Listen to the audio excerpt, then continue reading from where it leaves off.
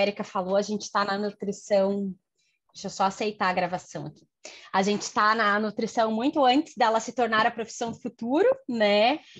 A gente teve um boom gigantesco da nutrição no Covid, na pandemia do Covid, com suplementação da trinca da imunidade, zinco, vitamina C e vitamina D, e aí é que o pessoal realmente começou a olhar para a questão de inflamação corporal, e era uma coisa que a gente já estava trabalhando há muito tempo, né, Ká? A minha história da Karen faz mais de 10 anos que a gente trabalha juntas, então por isso da cumplicidade também. A gente começou na Prefeitura de Curitiba, nós duas somos de Curitiba, e a gente começou na parte de educação alimentar, então a nossa área sempre foi palestras e capacitações. E quando a gente terminava com a palestra, o pessoal falava, nossa, vocês atendem? Onde é que é o consultório de vocês? E aí o que a gente fazia era, meu Deus, Karen, precisamos atender em algum lugar essas pessoas, né? E aí é que a gente começou a ir para a parte clínica mais especificamente, mas a gente sempre trabalhou muito com aloe vera, porque a nossa área é nutrição funcional, né? E a aloe está sempre por perto. Essa sou eu, então eu trouxe um pouquinho de quem é a Tayana nutricionista, né? Do que me motiva. Eu sou formada em nutrição pelas Faculdades Integradas Espírita, e a segunda faculdade de nutrição aqui do Paraná, então ela é super antiga, e eu me formei em 2010. Depois disso, fui fazendo 1 milhão de pós-graduações, então, nutrição funcional, materno-infantil, fitoterapia, nutrição comportamental na linha de terapia alimentar, mas tudo isso sempre foi com o intuito de ter um olhar integrativo. Então, hoje a gente fala muito da medicina integrativa, né?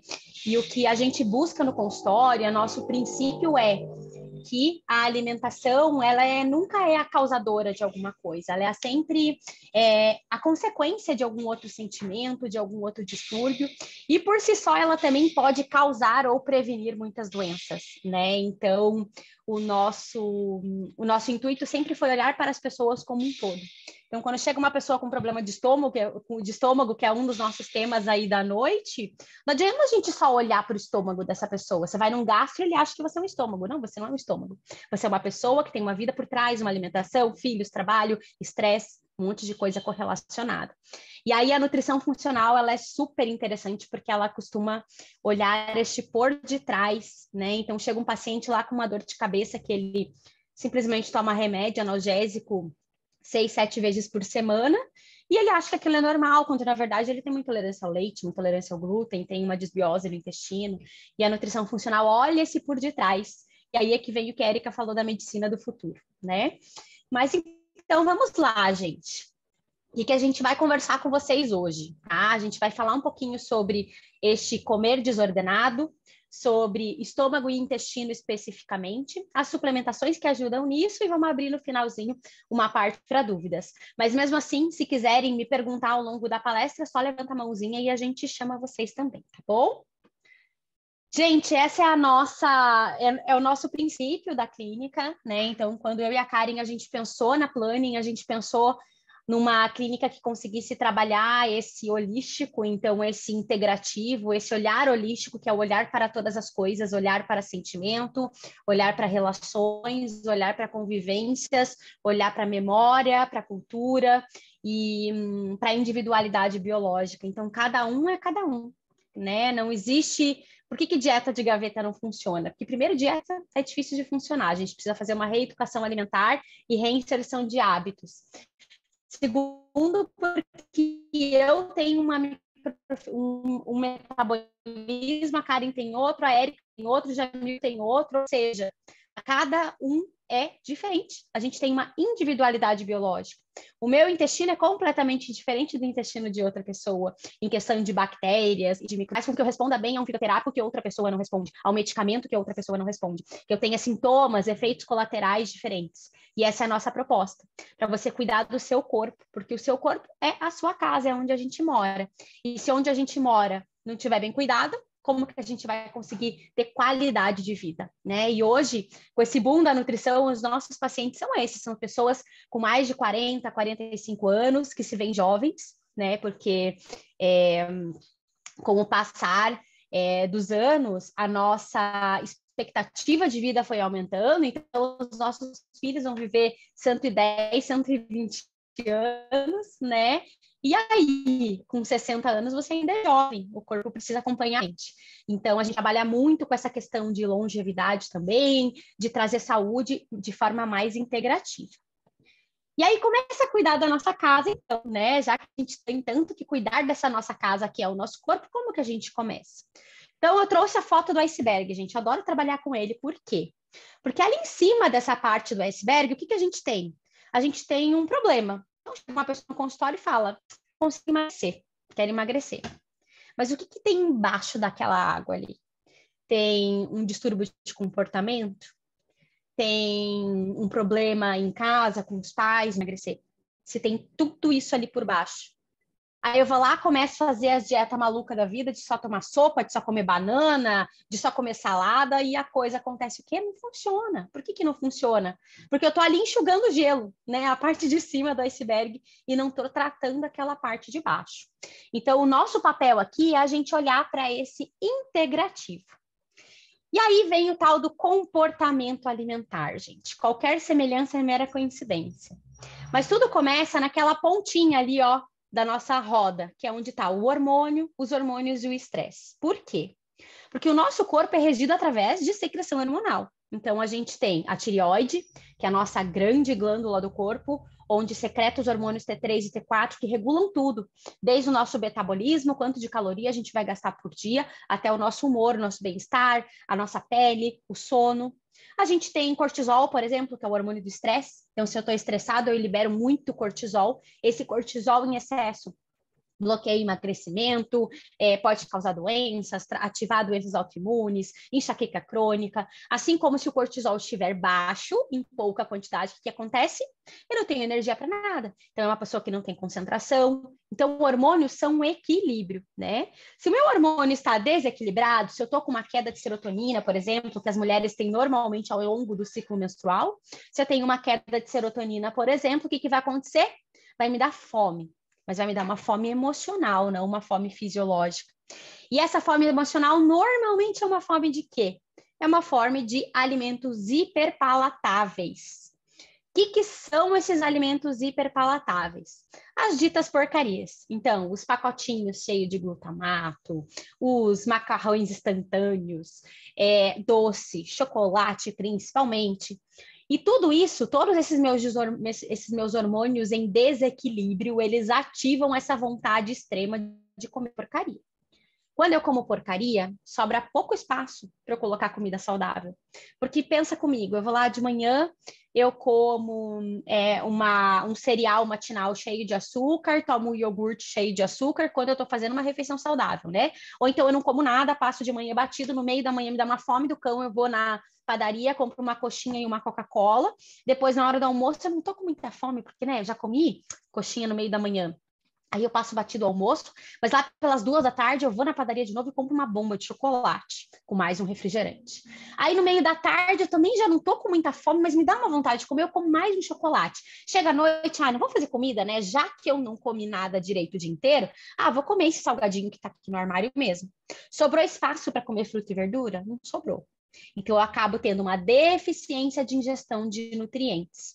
Fora que isso vai causar um problema no meu intestino, que a Karen vai explicar lá no final, que é a desbiose e a baixa absorção de nutrientes. Essa baixa absorção de nutrientes, ligada com o baixo consumo de alimentos que têm vitaminas e minerais, o que que faz? A tal da desnutrição oculta.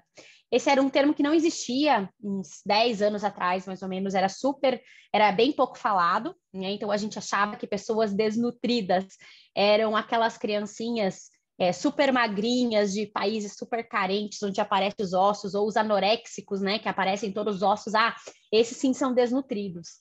Mas aí a gente começou a entender que existem calorias vazias. O que são essas calorias vazias? São alimentos supercalóricos, mas que não acrescentam nada em vitamina e mineral. Ou seja, eu sou uma pessoa desnutrida, eu tenho falta de nutrientes no meu corpo, mas eu tenho excesso de calorias. E essa desnutrição oculta faz o quê? Ela desregula mais ainda os hormônios. Então, é um ciclo contínuo. E para eu sair desse ciclo, eu faço o quê? Eu procuro ajuda, porque sozinho é muito difícil, né? Porque é uma questão fisiológica. O corpo acaba pedindo cada vez mais alimentos que aumentam serotonina e dopamina, e estes alimentos num imediato é chocolate, é porcaria, e a gente acha que, na verdade, é simplesmente uma vontade, quando, na verdade, é o nosso corpo pedindo por esses nutrientes, tá? Tudo bem até aqui? Sim? Legal.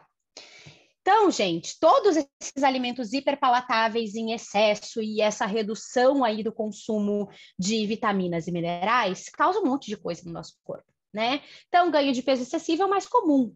Mas, por exemplo, doenças de repetição, então eu vivo com dor de garganta, eu vivo com dor de cabeça, eu não posso passar na porta que eu fico gripado, eu vivo com meu nariz trancado, escorrendo, cheio de alergia. Fadiga mental, eu vou escrever um texto, eu não consigo me concentrar. Eu estou lendo um livro, eu termino a página, não lembro o que estava escrito lá no começo. Eu tenho que trabalhar e não consigo me concentrar no meu trabalho. Indisposição, então eu acordo já cansada, não tenho vontade de levantar da cama. Problemas no intestino, então tanto intestino preso, quanto intestino solto, quanto gases, estufamento. Dores articulares, então dores nas juntas, joelho, braço, mãos, cotovelo. Perda de massa magra, então eu ganho peso, aumento gordura e reduzo músculo, cansaço e falta de energia. Então, esses são alguns dos pequenos problemas que essa falta de nutriente pode trazer. Mas entra aí pele ressecada, unha quebradiça, cárie nos dentes, afta na boca, cabelo caindo. Entra 1 milhão de coisas, tá? E aí, gente, esse consumo de alimentos ultraprocessados, hiperpalatáveis, eles trazem algumas vítimas aí no nosso corpo. A primeira dessas vítimas que eu quero mostrar para vocês é o nosso estômago. Então, o coitadinho é um dos primeiros que sofre, né? A gente começa a comer um monte de porcaria, tomar um monte de refrigerante, assim, top de cavaco, né? Por quê? O estômago é esse órgão lindo e maravilhoso, super inteligente, que ele tem um pH extremamente ácido. Então, o pH do estômago é de 1,5 a 2, mais ou menos, tá? Por que que ele tem esse pH? Primeiro, porque a gente precisa que ele a digestão dos alimentos. Então, ele dissolve carne, por exemplo. Imagina, ele tem que ser super ácido, né? Se for um meio básico, então meio neutro, ele não ia conseguir digerir. Então, ele tem que ser super ácido. A absorção de vitaminas e minerais está diretamente ligada também com essa acidez do estômago, justamente ligada com essa parte de digestão. E combate patógenos, ou seja, quando eu tenho... Já ouviram falar do tal do H. pylori, que é a bactéria que causa gastrite, né? Então, o H. pylori, ele se desenvolve em meios neutros ou básicos. Ou seja, se eu tenho estômago super ácido, me protege contra H. pylori, por exemplo, tá? Mas o nosso estômago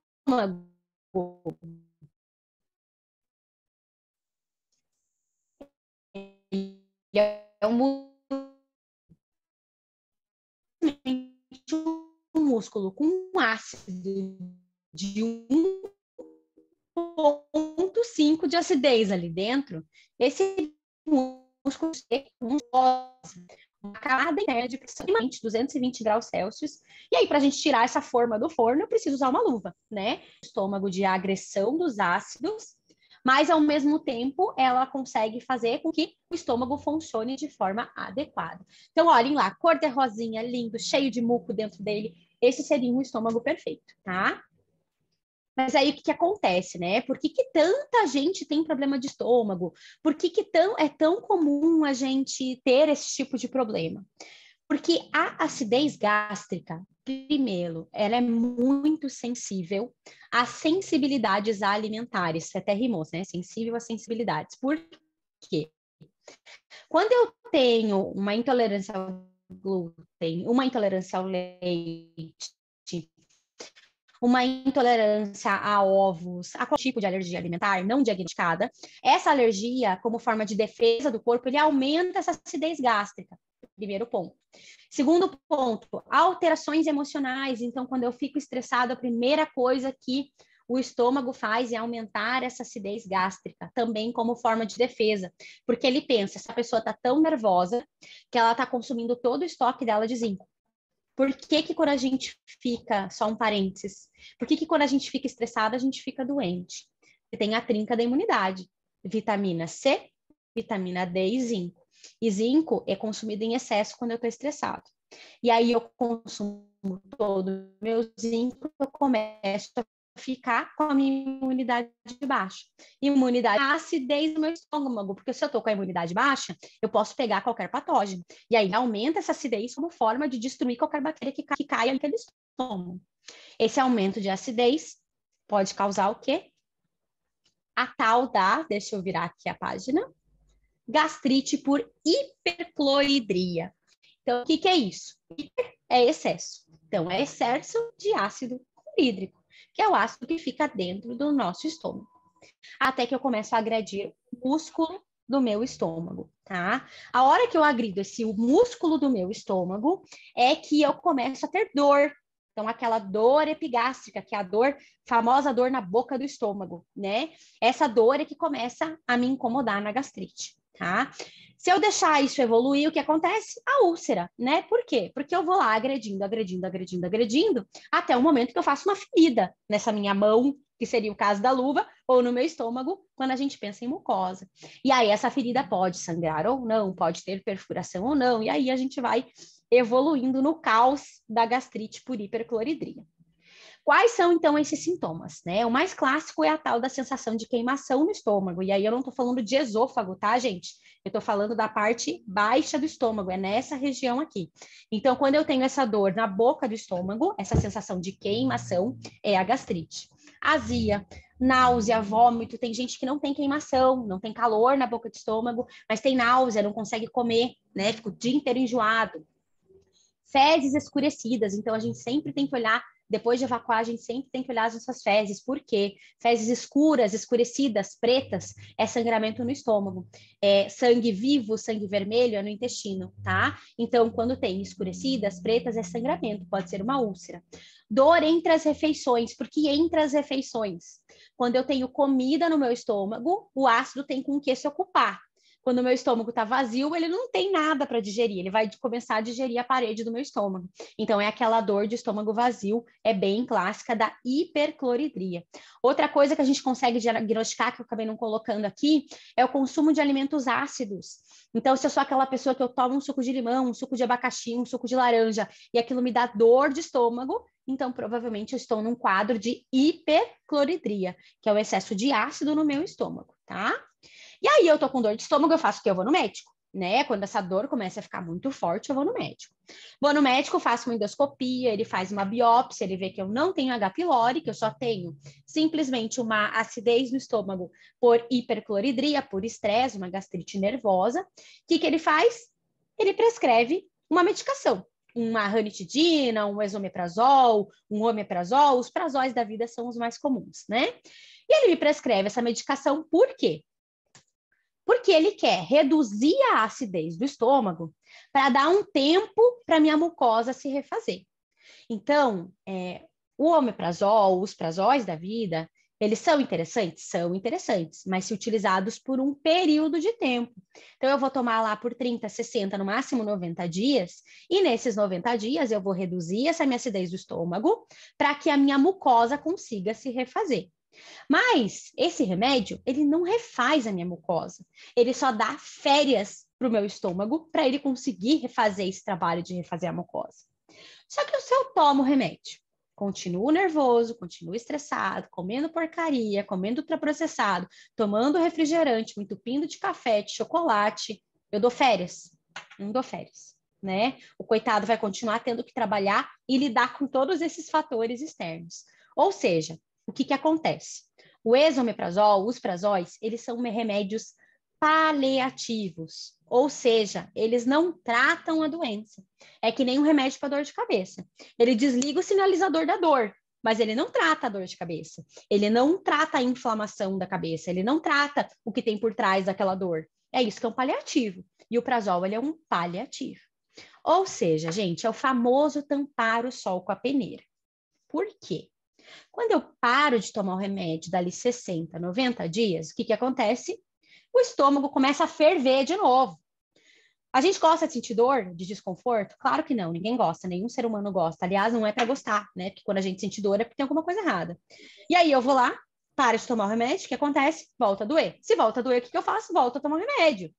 E nisso se passam anos. A gente pega paciente no consultório que toma omeprazol há 12, 15 anos, que era uma medicação para tomar por 60, 90 dias. O que acontece com o nosso corpo, né? E depois de tomar essa medicação por tanto tempo, uma medicação que tinha início, meio e fim de um tratamento, o que vai acontecer? Eu vou fazer uma alteração de pH. Eu não falei lá para vocês que o meu pH do estômago é ácido? Eu tomo omeprazol, ele aumenta esse pH para não agredir tanto o meu estômago. Se eu aumento esse pH do meu estômago, será que eu consigo digerir as coisas? Será que eu consigo me defender de patógenos? Né?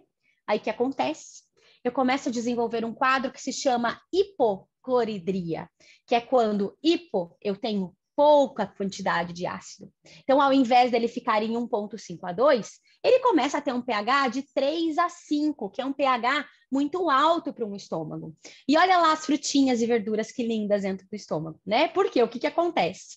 Ao invés do alimento chegar no estômago e ser digerido, ele vai lá tomar um banho de espuma. Ele fica lá se banhando naquele ácido por horas e horas. O alimento que era para ser digerido em 30, 40 minutos, 1 hora, no máximo 2 horas, acaba ficando por 5 horas dentro do estômago. Uma coisa que deveria passar do esôfago para o estômago, para o intestino, para o excesso ser eliminado, que é bom ser absorvido, fica parada, o que acontece? Começa a fermentar. Essa fermentação dentro do estômago causa uma doença que a gente conhece super bem, que é a doença do refluxo gastroesofágico. Ou seja, a comida que está no estômago volta. Ela não consegue descer, então ela começa a voltar. Esse voltar pode causar dor e queimação. Tem gente que acha que está infartando, porque a dor é bem no peito. Ou simplesmente pode causar uma tosse crônica, que você não sabe de onde está vindo. Pode dar uma dor de garganta constante. Então, nossa, eu estou sempre com dor de garganta, não sei de onde está vindo essa dor de garganta. É aquele ácido voltando e agredindo o seu esôfago e a sua garganta, né? A tosse é porque tem um objeto estranho não identificado na garganta e a gente começa a tossir tentando eliminar aquela questão. E a gente não consegue, porque está voltando do estômago esse refluxo, né? E aí a questão é, por que está queimando se ele não está tão ácido? Porque, gente, mesmo estando de 3 a 5, é um pH super ácido, né? Então, ele não é ácido o suficiente para digerir um alimento, mas ele é ácido. Ele ainda assim é ácido. Então, se eu tenho aquela questão, o meu estômago, ele é todo cheio de muco e preparado para receber aquele ácido. O meu esôfago, a minha garganta não são. Então, quando aquele ácido sobe, ele queima. Quando ele queima, ele começa a machucar. E ele vai machucando, machucando, machucando, até que ele faz uma alteração celular que se chama esôfago de Barré. Já ouviram falar no esôfago de Barré? O esôfago de Barré, ele é uma doença que faz uma alteração celular e essas células vão se modificando até o ponto em que elas podem virar um câncer de esôfago, um câncer de língua, um câncer de garganta, por conta desse ácido que vai agredindo, tá?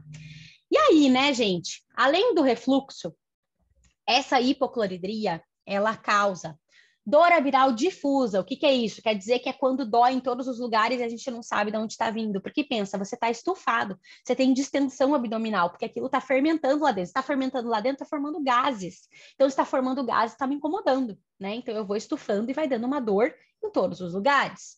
Eu vou tendo náuseas, regurgitação ou eructação, porque está voltando tudo, flatulência após alimentação, então é um desconforto tremendo depois das refeições, restos de alimento nas fezes, porque eu não consigo digerir, então começa a sair tudo inteiro, eu não absorvo esses nutrientes.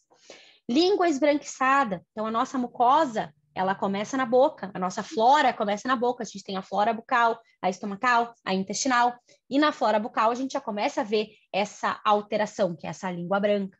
Parasitas intestinais, alergias alimentares, tudo por conta dessa má digestão. Candidíase crônica, alteração de flora intestinal, flora vaginal, estão diretamente relacionadas. Então, se uma está alterada, a outra vai alterar também. Anemia, por que anemia?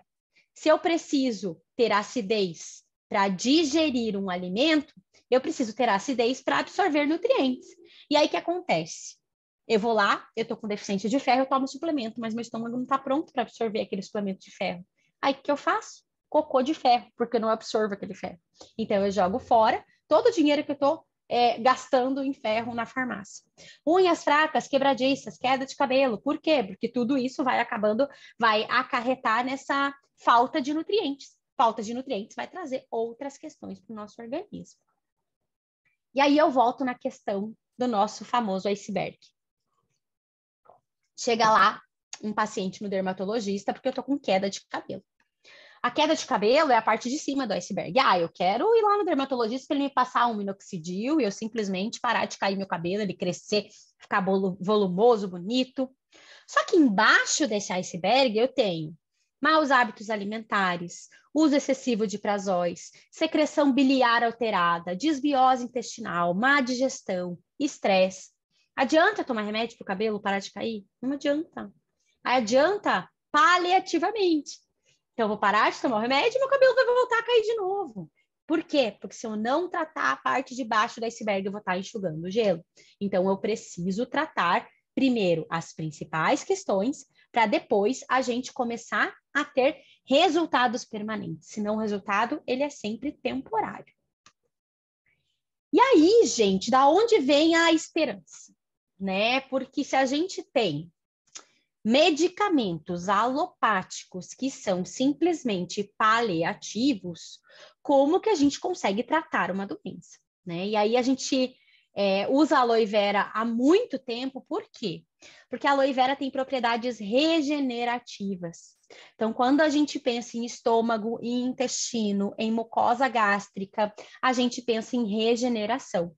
Não falei para vocês lá no começo que a mucosa do estômago começa a ficar alterada, começa a ser agredida, e por isso eu vou fazendo pequenos buraquinhos e ulcerações nessa mucosa. Por que eu faço isso? Né? Porque o que eu preciso fazer depois disso? Eu preciso regenerar. Se eu não consigo regenerar isso com os prazóis, a aloe vera consegue fazer essa regeneração, tá? Então, essa é a primeira coisa que faz com que a gente queira trazer a aloe vera. A aloe vera também ela é super anti-inflamatória. Então, se eu estou com uma mucosa inflamada, eu consigo melhorar essa inflamação. Aqui eu trouxe um outro estudo para vocês, que foi feito com 79 pessoas, então por isso que eu gosto muito desse estudo. Ele foi feito com 79 pessoas com o suco do aloe, tá? Então, foi concentrado o suco da aloe vera e foi dado para essas 79 pessoas para comparar o efeito entre aloe, omeprazol e ranitidina, que são as principais medicações para gastrite e refluxo, tá? A conclusão do estudo é que as propriedades antioxidantes, anti-inflamatórias, antiproliferativas, analgésicas e cicatrizantes da aloe foram super importantes. E aqui vou fazer um parênteses que não está nesse estudo, mas está em vários outros. Se vocês digitarem aloe vera, gente, no Google acadêmico, vocês vão achar milhões de artigos científicos, né? O que ele diz ali? Que essa atividade antiproliferativa tem vários estudos com indícios de que ele pode reduzir a proliferação de células cancerígenas, tá? Então, quando a gente pensa em câncer já instalado ou até em prevenção, é super interessante. Eu tenho um histórico de câncer na minha família, então é o tipo de paciente que a gente costuma prescrever bastante o uso do aloe de forma mais contínua, tá? Nesse estudo, então, o que eles fizeram? Consumo de 10 ml por dia de aloe vera, ou 20 miligramas de omeprazol, ou 300 miligramas de ranitidina. Então, eles dividiram em 3 grupos as 79 pessoas, tá? E essas 79 pessoas consumiram ou aloe, ou omeprazol, ou ranitidina, nas dosagens mais usuais, durante 4 semanas, ou seja, um mês de aplicação. E aí, esse gráfico aqui, gente, ele é o mais legal de todos, porque, olha só, a queimação, então, a sensação de queimação, ela reduziu com a aloe vera, ela foi para a nota que eles davam era de 0 a 100 do tanto do sintoma, tá? Então, quanto menor a nota, menor o meu sintoma. Na quarta semana, então, assim, teve uma variação no meio, mas vamos direto para a quarta semana de tratamento, depois, a última semana do tratamento, como é que eles estavam se sentindo, tá? Com o uso da aloe, na quarta semana, de 100, o número foi para 29. Com o omeprazol, foi para 62. E com a ranitidina, para 52. Então, olha a diferença, tá? Outra diferença que foi bem grande foi nas náuseas. Então, na náusea, chegou a 20, quanto com o omeprazol foi para 33 e com a ranitidina 66, ou seja, praticamente não alterou. Eu posso mandar esse estudo para vocês depois na íntegra, para vocês darem uma olhada, ele é super interessante, justamente por ele ser randomizado, então ele é bem confiável. Mas assim, gente, de forma geral, a aloe a longo prazo, ela teve um efeito muito melhor do que as medicações, porque ela trata, ela não é simplesmente paliativo, tá? Fora isso, a aloe vera, ele é um colagogo. O que é um colagogo? Então, é uma substância que melhora a digestão de gorduras. Então, ele favorece o transporte da bile. A bile é aquilo que é liberado lá no nosso fígado, que vai para a vesícula biliar e que digere as gorduras, tá? Então, a bile, não sei se tem alguém aqui que tirou a vesícula, normalmente são pessoas que têm dificuldade de digestão de gorduras, porque não tem onde armazenar a bile, né? Então, a vesícula biliar é como se fosse um saquinho que armazena a bile para quando a gente come gordura, a gente ter bastante reserva para eliminar. E aí, o que aconteceu? Esses alimentos colagogos, eles facilitam esse transporte da bile. Então, pegam tudo aquilo que tem de bile solta no nosso fígado, colocam na vesícula, que é esse pacotinho de bile que tem guardado lá na nossa vesícula, facilitam esse transporte, então conseguem encher esse saquinho de bile mais fácil e estimulam a saída dessa bile da vesícula para o intestino, para a digestão dessas gorduras. Então, para pessoas que têm diarreia com o consumo de alimentos gordurosos, ou até simplesmente não conseguem comer carne vermelha porque tem dificuldade de digestão, essas pessoas, os alimentos colagogos, eles ajudam. Porém, um alerta nos colagogos, tá? Pensem comigo. Se eu tenho um fluxo intenso, se ele aumenta esse fluxo de saída de bile da minha vesícula biliar, se eu tiver uma pedra na vesícula, eu preciso tomar cuidado. Por quê? Porque se eu estou fazendo aquela coisa sair mais rápido dali, mas eu tenho uma pedra tampando o buraquinho de saída, eu posso ter problema, tá? Então, sempre que tiver pedra na vesícula, a gente precisa cuidar com colagogos. Além da aloe, o que mais tem de colagogo? Ervas amargas, então boldo, carqueja, todos esses digestivos, todas as ervas amargas também fazem esse papel. E aí a gente precisa cuidar, tá? Aqui, gente, para finalizar essa primeira parte, eu trouxe para vocês um estudo de caso meu, uma paciente minha, tá? Estudo de caso real. Então, essa paciente é uma mulher de 40 anos, agora deve estar com uns 45. A queixa principal dela é que ela dormia e acordava estufada. Então, todos os dias ela dormia estufada e acordava estufada. Então, isso fazia com que ela tivesse muitos gases, refluxo, má digestão, o intestino preso, inchaço. Então, uma pessoa com intestino que não funciona, que vive estufada, fica inchada. Falta de libido e não conseguia perder peso de jeito nenhum, tá? Por que esse bloqueio de emagrecimento? Inflamação corporal, intestino em desbiose. A Karen vai falar um pouquinho para vocês depois, tá? Porém, que um a mais que eu não coloquei aqui, ela tomava prazol há 20 anos. Então, ela conseguiu bater o recorde, tá? Foi o paciente que eu peguei que mais tempo tomava os omeprazóis da vida. E aí, gente, o que eu fiz com essa paciente, tá? Primeiro foi uma dieta para remodulação intestinal. Então, eu usei uma estratégia que se chama Low FODMAP, não sei se vocês já ouviram falar, mas é uma estratégia nutricional bem restritiva que a gente faz em casos específicos e por curto período de tempo, que por ela ser muito restritiva, ela restringe muitos nutrientes, então nunca é interessante quando a gente restringe demais nutrientes. Mas para remodulação intestinal, ela é super legal, super interessante. Então, apliquei essa estratégia com ela durante 60 dias. Identificamos intolerâncias alimentares que ela nem imaginou que ela tinha. Então, nesse processo, ela descobriu que ela era intolerante ao leite, mas não à lactose. Então, não adiantava ela tomar leite sem lactose, comer queijo sem lactose, como era uma coisa que ela já fazia. A intolerância dela era a proteína do leite, era a caseína. E quando a gente é intolerante à proteína do leite, a gente tem que tirar o leite, né? Porque senão a gente não consegue, porque é uma questão de não conseguir digerir essa proteína. É como se fosse um colar de pérolas. E esse colar de pérolas, ele tem muitas pérolas. Então, eu vou usar um número só para ilustrar. Digamos que esse meu colar de pérolas da caseína, ele tem 10 pérolas. E o meu corpo só consegue digerir 3. Então, imagine o trabalho que o corpo tem para quebrar todas essas pérolas para eu conseguir digerir e absorver isso e tolerar essas proteínas gigantescas. O corpo dela não conseguia fazer essa quebra. Então, ele começou a desenvolver uma intolerância, uma alergia que foi piorando a cada dia. Depois, a gente fez a reinserção dos alimentos, então a gente tirou todos os alimentos, descobriu as intolerâncias, reinseriu aquele que ela não tinha intolerância. Nesse processo, suplementação de glutamina, de aloe vera e de probióticos foram as principais que a gente fez, tá? Mas eu vou dar só uma pincelada em probiótico, porque a Karen vai falar depois. Mas probióticos, gente, não saiam tomando probiótico por aí, tá? Tudo tem hora certa. Então, a aloe vera eu usei do início ao fim do tratamento e ela toma até hoje. A glutamina eu usei por um curto período de tempo e é um suplemento que a gente precisa tomar cuidado, porque ela faz crescimento celular. Então, se você tem histórico de câncer de intestino, de estômago, de esôfago na tua família ou qualquer câncer, não é bom usar glutamina, então a gente precisa usar outro tipo de suplemento, ela é um aminoácido, tá?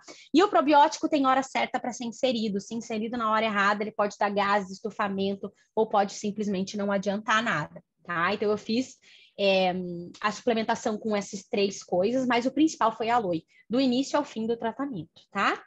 E aí, depois de 4 meses, que foi o nosso programa nutricional que ela fez, que dura 4 meses, ao final desses 4 meses de terapia nutricional, de suplementação com aloe, ela estava zerada de sintomas gástricos, então ela já não tinha mais estufamento, ela já não tinha mais náuseas, o intestino dela funcionava perfeitamente, a digestão dos alimentos estava ótima, né? Melhora da disposição, então, ou seja, o que isso significa? Significa que o estômago e o intestino dela passaram a diluir direito os alimentos e a absorver muito bem esses nutrientes. A libido aumentou, porque a libido está diretamente relacionada, hormônios são diretamente relacionados com nutrientes.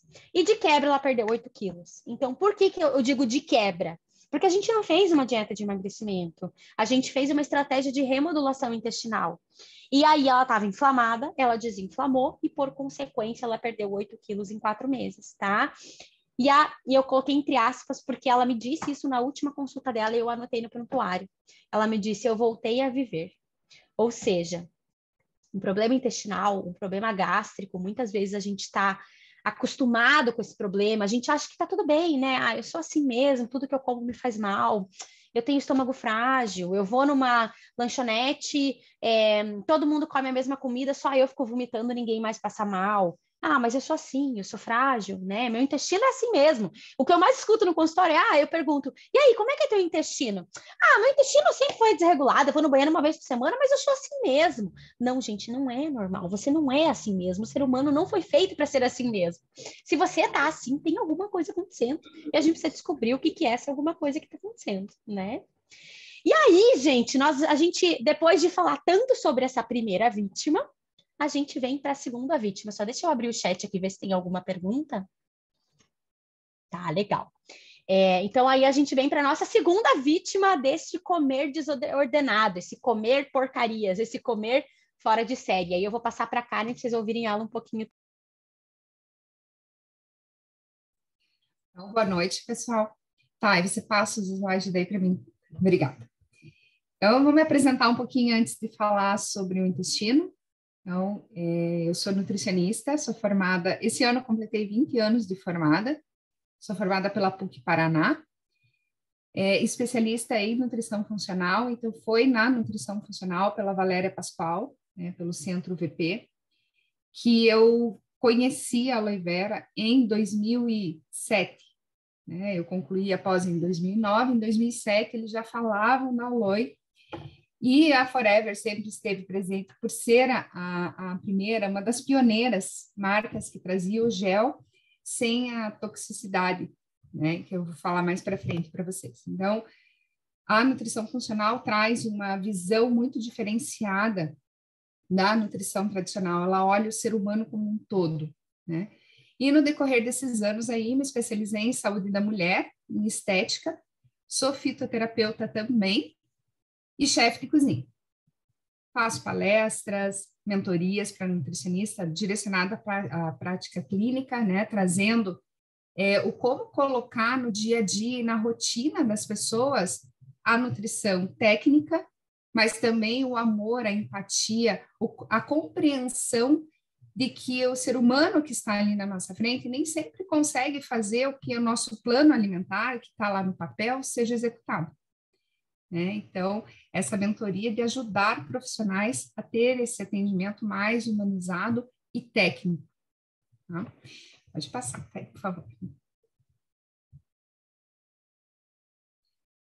Então, falando do intestino, a Tayana falou muito bem aí do estômago, a compreensão, a gente chega lá no intestino. O intestino é onde ocorre a principal parte da digestão e a absorção dos nutrientes. Ele tem um papel fundamental. Ele é considerado o segundo cérebro. E sempre que a gente começa a tratar um paciente, ou sempre que existe uma pessoa com alguma doença, inicie pelo intestino. Trazendo o intestino, um intestino saudável vai trazer saúde para essa pessoa, seja uma imunidade melhor, seja uma resposta melhor à medicação ou ao tratamento que essa pessoa está fazendo. Mas a gente agride muito o nosso intestino. Quando a gente começa a consumir produtos ultraprocessados, o consumo de alimentos inflamatórios, então aqueles alimentos conhecidamente, então proteínas principalmente, que são pró-inflamatórias, como glúten, leite, carne vermelha, né? A gente tem aí corantes que inflamam muito o intestino, porque eles não são reconhecidos pelo nosso intestino. E todo aquele trabalho que a Tayana falou lá da caseína, por exemplo, para o intestino ir digerindo a proteína, ele vai fazer essa digestão, mas tem um preço. E o preço é uma agressão ao nosso intestino, porque aquela proteína não deveria estar ali. Ela está numa quantidade grande, ela está num tamanho muito grande, e o intestino tentando, trabalhando para tentar quebrar isso, e causando o quê? Uma inflamação. Que é como se a gente ficasse agredindo o tempo inteiro o intestino. Pode passar.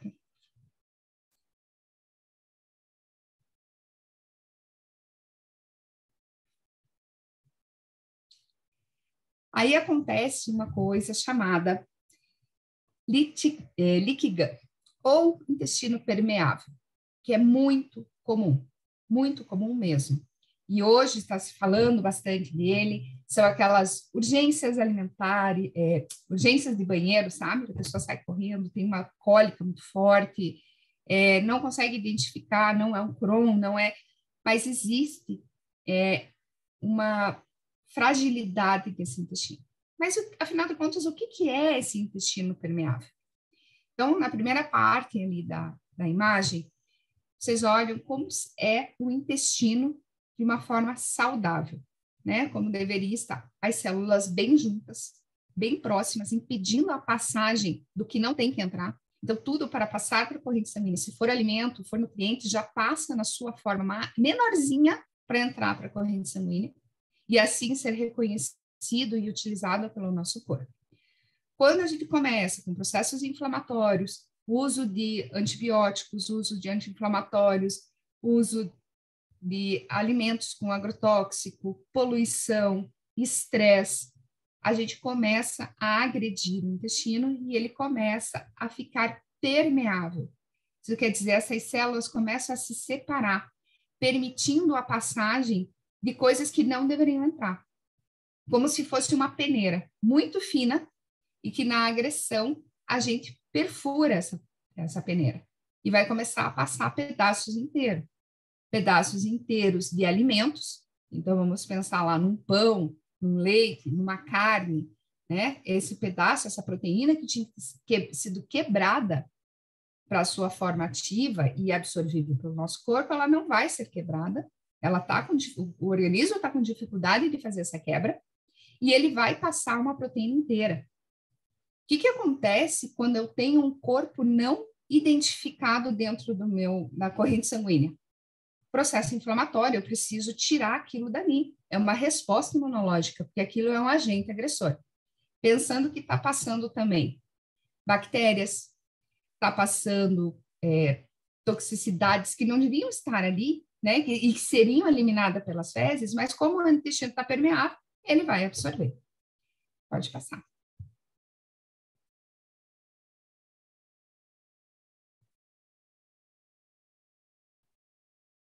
Aí, o que que a gente começa a sentir no nosso corpo? Dor articular é a primeira delas.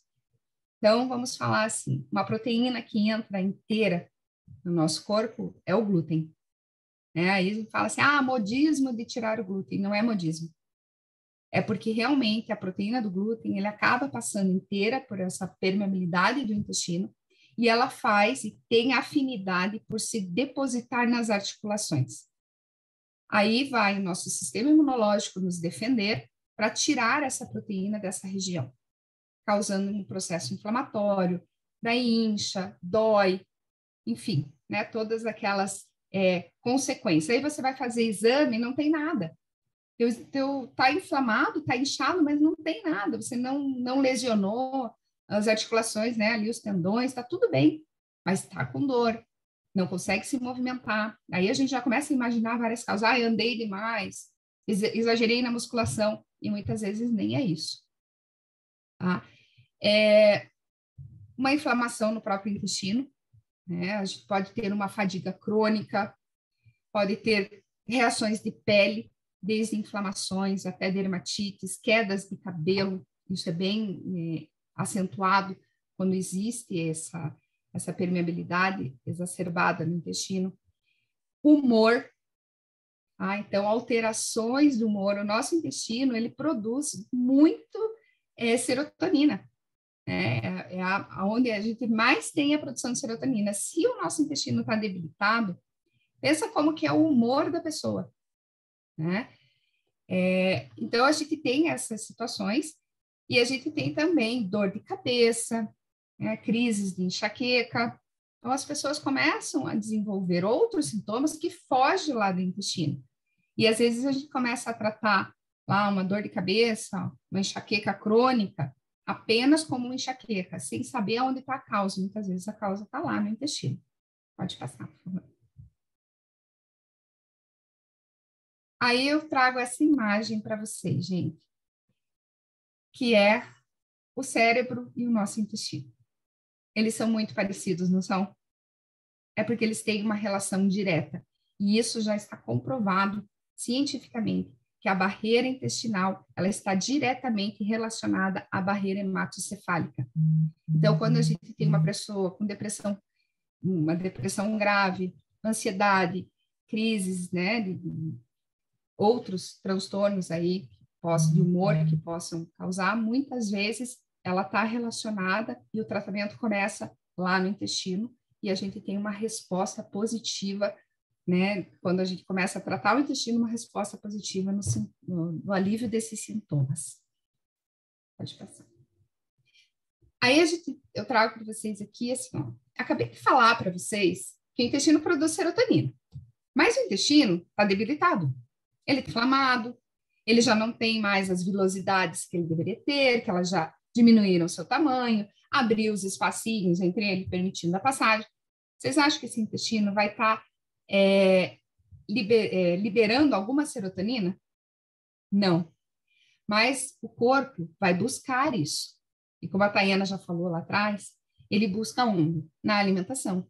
E alguns alimentos, eles fazem sim liberação de serotonina. Um deles é o chocolate. Então, alimentos altamente palatáveis, carboidrato refinado, eles fazem a liberação dessa serotonina. Mas a gente tem também a busca desse prazer que pode vir de um vício. Então, o álcool, o fumo, eles estão relacionados também. Então, vê o quanto é grande quando a gente fala de intestino, a gente não está perguntando para o paciente se ele vai no banheiro e como são a consistência das fezes. A intenção não é só a gente saber isso. É que, através disso, já dá uma referência para a gente imaginar o que está acontecendo lá nesse intestino do paciente. Pode passar, por favor. Mas e aí, gente? Agora a gente entra em desespero. Eu vi que tem uma pergunta, deixa eu ver aqui. A relação do intestino tem relação direta com doenças crônicas como artrite? Sim. Tá? Doenças autoimunes, elas estão diretamente relacionadas ao intestino. Então, o tratamento dessas doenças, a gente começa com a modulação intestinal. Tá? Mas e agora? O que a gente faz? Sabendo de tudo isso, o que a gente pode fazer? Então, a utilização dos 6 R's. Não sei se vocês já ouviram falar, mas é o remover, relocar, reparar, reinocular, reequilibrar e reavaliar. Remover é a gente tirar tudo que possa estar agredindo esse intestino. Então, a gente tira xenobióticos lá, agrotóxicos, medicamentos, tá? Tira possíveis alergênicos, então, alimentos que já são conhecidos como alergênicos, com reação alérgica, é retirado e depois vai ser reintroduzido. Tá? Então, a gente tira para dar um tempo para o intestino, para que ele consiga, se livrando disso, tentar se recuperar. Tá? Então, o relocar, desde o processo de mastigação, então, conversando ali com o paciente, falando a importância da mastigação, o estômago, ele não tem dente. Quanto mais inteiro esse alimento chega lá no estômago, mais suco gástrico tem que ser produzido para a digestão. Então, é muito importante a mastigação. Ele não passa para o intestino inteiro, então é o estômago que vai fazer isso. Até a possibilidade de utilização de enzimas digestivas para ajudar no processo. Reparar que cuidar, né? Aí entra a suplementação, entra a glutamina, entra o ômega 3, entra probiótico, tá? Depois a gente entra no reinocular, que entra a aloe vera, entra o prebiótico. Então, a gente faz... Lembrando que isso tudo está acontecendo simultaneamente, tá? O corpo não faz isso sozinho, a gente faz uma estratégia única.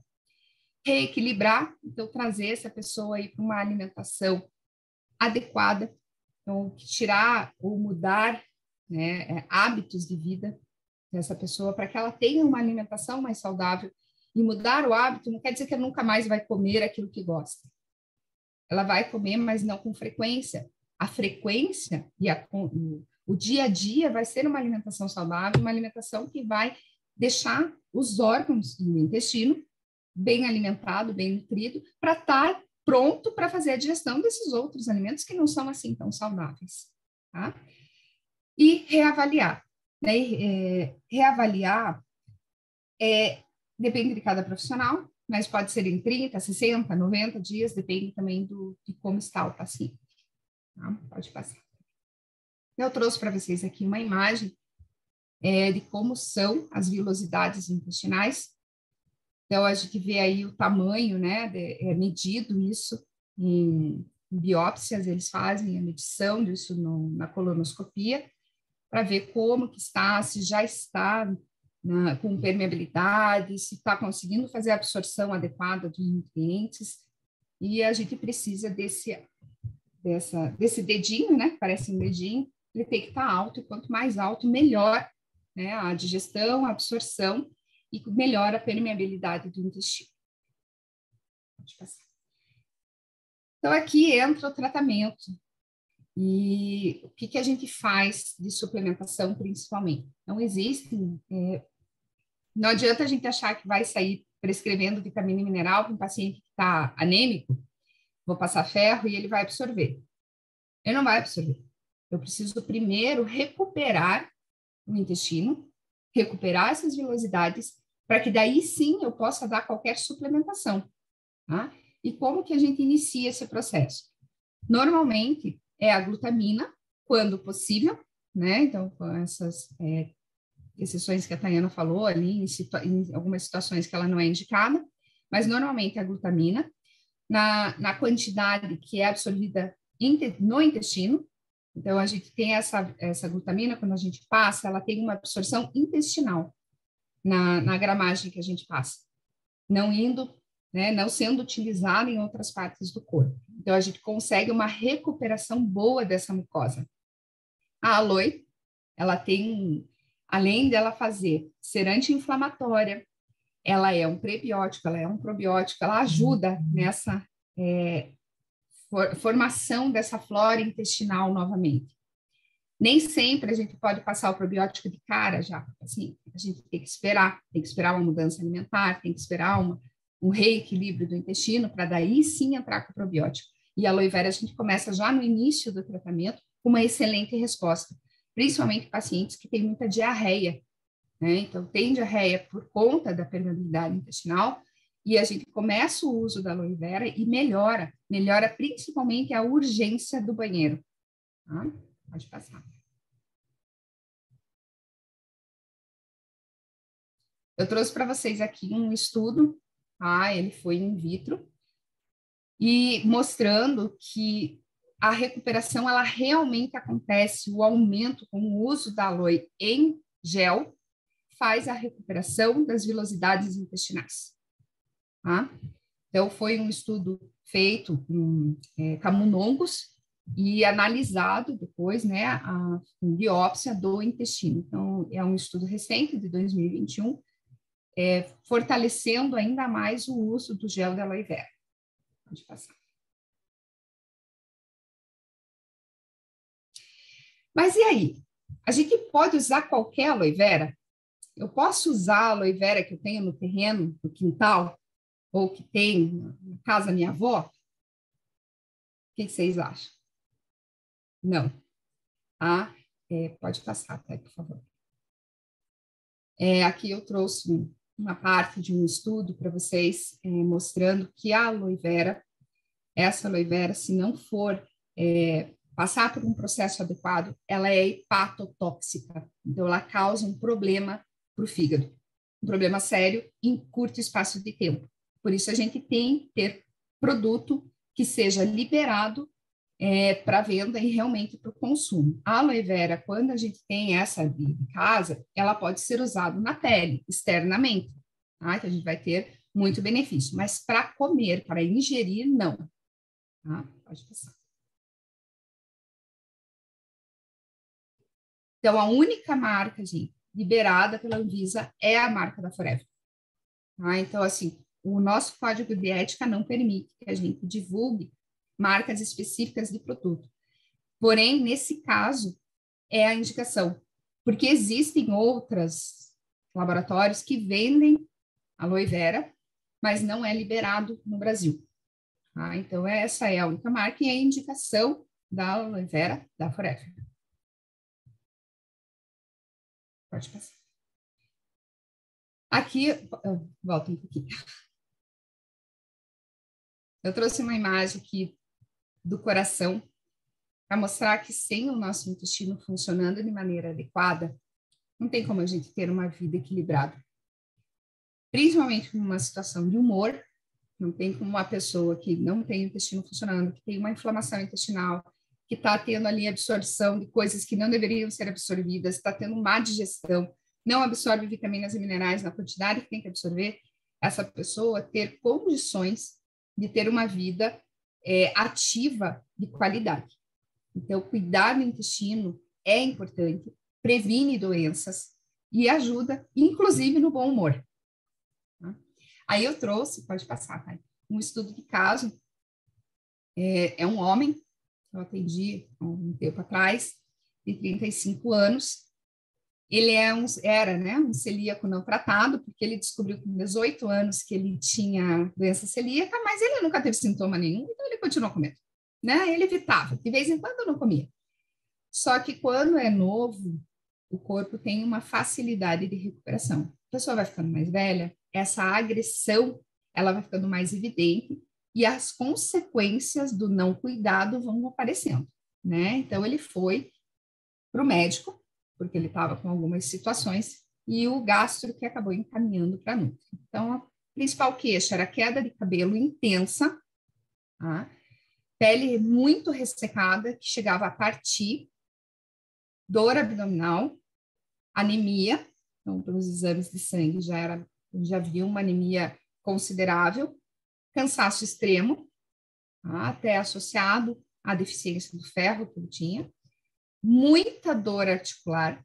Ele me falou que chegou a fazer ecografia, ele sentia muita dor no braço esquerdo, no cotovelo esquerdo, chegou a fazer ecografia no cotovelo direito para ver se ele não tinha alguma má formação, alguma coisa, porque não conseguia identificar o que era tamanha dor e não poder encostar, limitando a fazer, inclusive, atividade física. Ele tinha reduzido musculação porque ele sentia muita dor, né? Daí o gastro quando fez a biópsia lá do intestino, na colonoscopia, viu que as vilosidades, elas tinham diminuído muito. E ele fez a indicação de buscar um nutricionista para tratar tanto a doença celíaca, que não estava sendo tratada e era o principal agressor a esse intestino, e também para a recuperação desse intestino. Pode passar. Então, qual que foi a conduta utilizada? Eu iniciei com uma dieta anti-inflamatória primeiro, e a orientação para a doença celíaca. Então, na dieta anti-inflamatória, buscando, ele estava um problema de intestino já desde os 18 anos, diagnosticado como celíaco, nunca tendo tratado, nunca tendo cuidado com a alimentação. Ele tinha uma inflamação intestinal que era inquestionável. E eu tinha também o exame da colonoscopia que me comprovava isso. Mas ele tinha uma inflamação sistêmica. E ele estava tendo consequências dessa inflamação sistêmica. A imunidade dele era muito baixa, ele já pegou Covid 3 vezes. Então, assim, porque realmente não tinha como eles terem imunidade para se proteger. Não adianta ficar tomando vitamina 30, como a Taina falou, para a imunidade, porque ele não absorvia isso, né? Então, a primeira conduta foi uma dieta anti-inflamatória e toda orientação de doença celíaca é para o resto da vida. Você vai melhorar porque você não está comendo. Então, desde a contaminação cruzada, desde alimentos, né, que você nem imagina que tem glúten, e tem a utilização de talheres, copos e etc. Eu iniciei com uma suplementação pensando apenas em intestino, né, dá vontade da gente prescrever um monte de coisa, mas tem que ir devagar. Então, trabalhei com a glutamina, a aloe vera, eu iniciei o tratamento com ela, foi até o final, e prebiótico. Eu não passei probiótico para esse paciente. Por quê? O intestino dele estava debilitado demais para eu encher de bactéria, que ia produzir um monte de gases, ia dar mais distensão abdominal ainda, mais dor. Então, busquei melhorar a alimentação, desinflamar esse corpo primeiro, para depois entrar com o probiótico. Inclusive, a Érica passou para a gente, Érica, depois se puder falar, que a Forever tem probiótico também, né? Não no Brasil, mas tem probiótico. Depois eu vou falar. Tem, né? Tem sim, mas não no Brasil, infelizmente. Por enquanto, né, Karen? Daqui a pouco tá aí. E a gente, depois, ao longo do tratamento, né, desse paciente, eu entrei com a suplementação de vitaminas, de minerais necessárias, principalmente com aquilo que ele não estava conseguindo na alimentação, porque a gente pensa que é tudo muito lindo, né? Tá, vou fazer uma dieta anti-inflamatória e o paciente vai seguir 100%.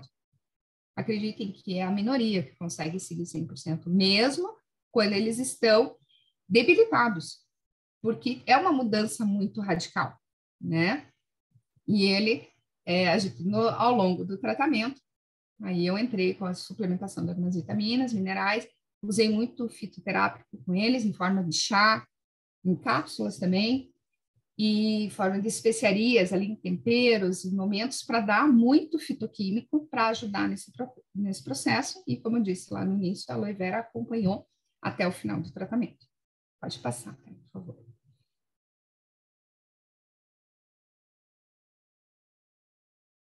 Em 6 meses, ele refez a colonoscopia, tá? Tendo um aumento das velocidades intestinais, então a gente conseguiu, né, com o tratamento, ter esse aumento, ter essa diminuição da inflamação local, diminuição da permeabilidade intestinal. Claro, melhorou muito a função intestinal dele, ele não tinha mais urgência de ir no banheiro, e quando a gente pensa em urgência, quem não teve é você estar no mercado e ter que ir no banheiro. Se você não for no banheiro, você vai fazer onde você estiver. E não é só isso, ela vem associada à dor abdominal. Então, quando o paciente ele tem essa melhora, e essa melhora já começa no início do tratamento, ele adere facilmente às estratégias seguintes, né? Porque já é um problema. Ele falou para mim que ele não comia para ir viajar, ele viajava a trabalho, e o dia que ele tinha que viajar, ele não comia. Porque se ele comesse no meio da estrada, podia dar uma necessidade de ir no banheiro e ele não teria como. Então, você vê que isso muda muito, influencia, impacta muito na qualidade de vida das pessoas, né? A melhora na disposição, então, obviamente, o intestino estava muito prejudicado, ele não estava absorvendo nada. Depois ainda a gente entrou com a suplementação, então melhorou muito.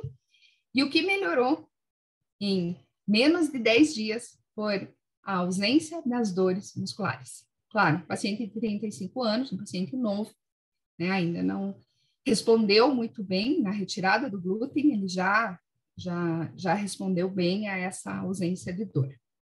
Pode passar. Deixa eu dar uma olhadinha aqui, ver se tem mais alguma pergunta.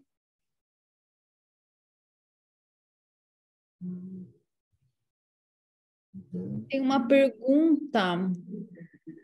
A Eliene, qual é a diferença de prebiótico e probiótico? Tá. Então, o prebiótico, ele é uma fibra que é o alimento das bactérias, tá? Então, que fica no nosso intestino. Então, esse é o prebiótico. O probiótico são as bactérias mesmo.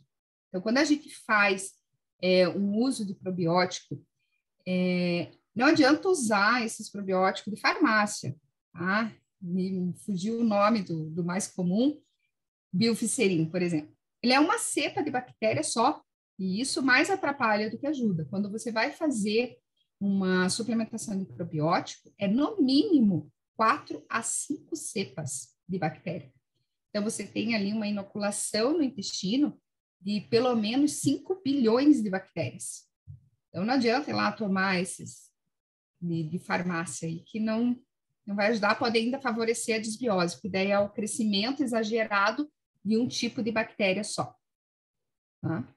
Karen, posso aproveitar a pergunta? Lógico. Muitos tomam e